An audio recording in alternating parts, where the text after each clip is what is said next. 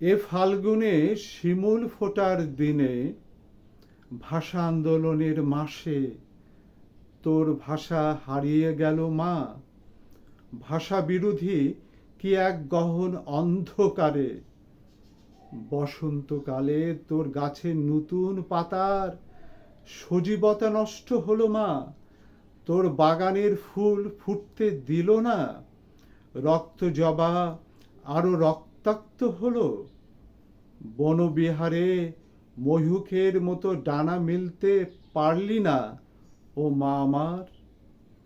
তেপান্তরের মাঠ পেরিয়ে দীপালোক হয়ে জ্যোৎস্নার বৈষম্যহীন আলো ছড়াতে ছড়াতে যে ঘরে প্রবেশ করলি, সেখানে নেক নজরের বদলে, নিরাপত্তার বদলে নেকড়ের কবলে পড়ে গেলি।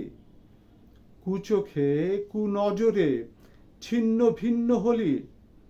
মনে হলো অচেনা গ্রহের শনি লাগা অবস্থায় ঝড় ঘূর্ণি বায়ুর ভেতর, নিষ্ঠুরতার ভিতর, যন্ত্রণা কাতর গঙ্গানির ভিতর নিবিড় তিমির নিয়ে ব্ল্যাক হোলের ভিতর পড়ে গেলি। বর্বরতা এতটা উর্বর হবে, এমন অভিধর্ষণ মানুষের অভিধানে থাকতে পারে? এতটা শিকারী ও জান্তব হতে পারে আততায়ী? এতটা প্রকৃতি বিরুদ্ধ হন্তারক মানুষের প্রকৃতিতে আছে? তুই বেঁচে আছিস মা, চেতনা ও চৈতন্যে, স্নায়ু মস্তিষ্কে।